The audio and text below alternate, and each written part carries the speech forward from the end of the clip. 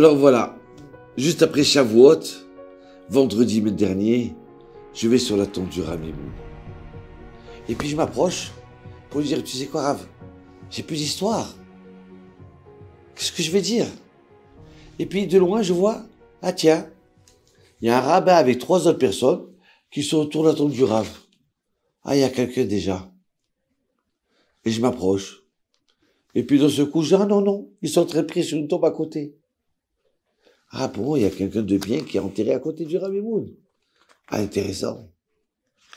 Et là, je m'approche, j'embrasse la tombe, je commence à dire Shir la Mahalot, je prie, et puis d'un seul coup, je sens que le Rav, il me regarde. Et moi, mais qui c'est ce Rav? Je connais. Mais qui c'est? Je sais pas qui c'est. Et chaque fois, comme ça, j'ai perdu la mémoire, des fois, des gens que j'aime beaucoup, hein. Je me rappelle plus qui c'est. Et je m'approche, je sais quoi, il faut que je dise bonjour. Et je vois que lui aussi, il s'approche de moi. Ah non, lui, il est zaken, il est âgé, plus âgé que moi. C'est à moi de me déplacer. Shalom Arav. Ah, shalom, oui. C'est qui, vous priez là, c'est pour qui, là?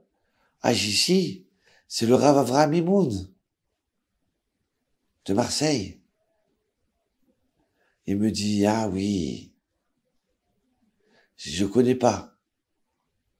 Mais j'ai quelqu'un qui m'a raconté une histoire pour lui. Sur lui. Ouais, Rav? Oui. Tu veux l'écouter? Bien sûr, Rav. Bien sûr que je vais l'écouter. Alors regarde, viens. Alors on est tous autour de la tombe de sa femme sur qui il prie, le Rav, avec ses enfants. Il me dit, écoute bien. Un jour, j'ai quelqu'un qui me dit, tu sais Rav, j'ai ma mère, elle est mourante. Fais une prière pour elle. Alors je lui fais une prière. Et ça y est, les docteurs, ils nous ont dit, c'est la fin, Rav. Allô, Rav, c'est la fin. Mon fils, que Dieu te donne les forces. Que Dieu te bénisse. Il vous bénisse à tous. Et là, il raccroche. Il descend.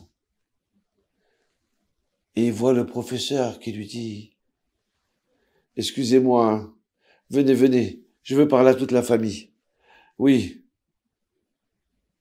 Alors, je dois vous annoncer que c'est la fin. Elle en a pour quelques minutes, quelques heures. Ça y est. Et là, on explose en pleurs.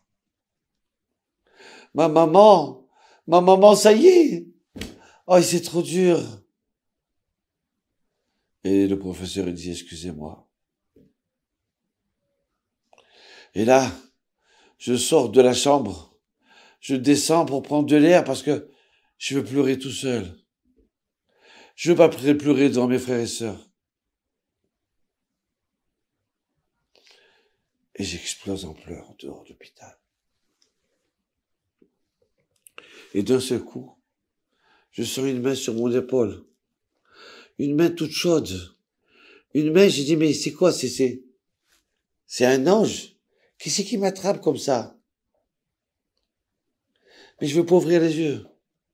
Et là, j'attends, mon fils, qu'est-ce qui se passe? Dis-moi. Et là, j'ouvre. Et je vois le Rav. Le Rav Mimoun. Et là, je dis, c'est la fin. Et je pleure. Et je dis, ah, maman, ça y est, Rav, ça y est. Et il continue à m'enlacer de toutes ses forces. Et au bout de 2 minutes, il me dit, allez, mon fils. Non, c'est pas la fin.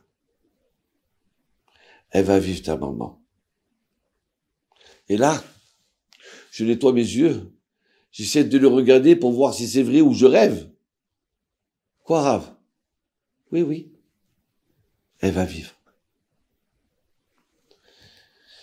Et je le prends avec moi. Et je monte. Je monte dans la chambre. Et j'arrive. Et je me mets à courir. J'avance devant lui. Je rentre dans la chambre et je vois mes frères et sœurs. Et je leur ai dit, maman, c'est pas terminé. Maman, elle va vivre. Et le professeur, il me dit, calmez-vous, calmez-vous. Non, monsieur le professeur, bien sûr, je vous le dis, elle va vivre. Il me l'a dit. Mais qui c'est qui t'a dit? Eh ben, le rabbin. Quel rabbin? Ben, le Rav Mimoun. Et là, le professeur, il dit, non. Encore lui? Et juste à ce moment-là, la porte, elle s'ouvre. Et le Rav, il rentre. Allez, mes enfants. Votre maman. Tu sais quoi, de son bras, là. Attrape-lui le bras. Passe-la un petit peu. Juste là, à cette hauteur-là. Avec l'aide de Dieu, elle va vivre.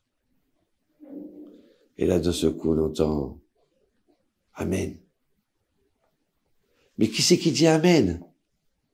On se tourne et on voit le professeur. Le professeur, il a dit Amen. Et vous savez quoi? Ça y est. Ça a commencé à remonter. Hein? L'écran, ça y est. Ça redonne des chiffres. Ça y est. Elle commence à respirer normalement. Ça y est, déjà, je la vois déjà en train d'ouvrir les yeux et de sortir de l'hôpital et de marcher.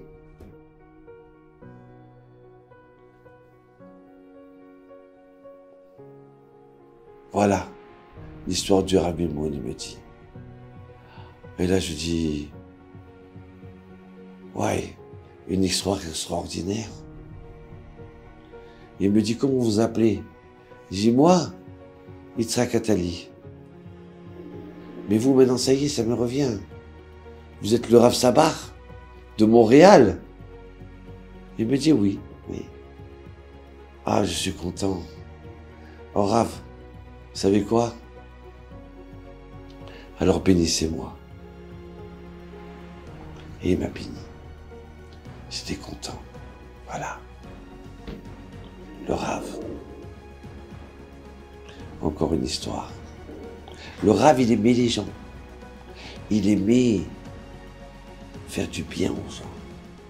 Il y a des gens qui aiment à faire des histoires. C'est leur kiff de mettre la zizanie dans la synagogue, de donner des mauvais conseils. Ils aiment l'ambiance. Lui, il aimait le shalom.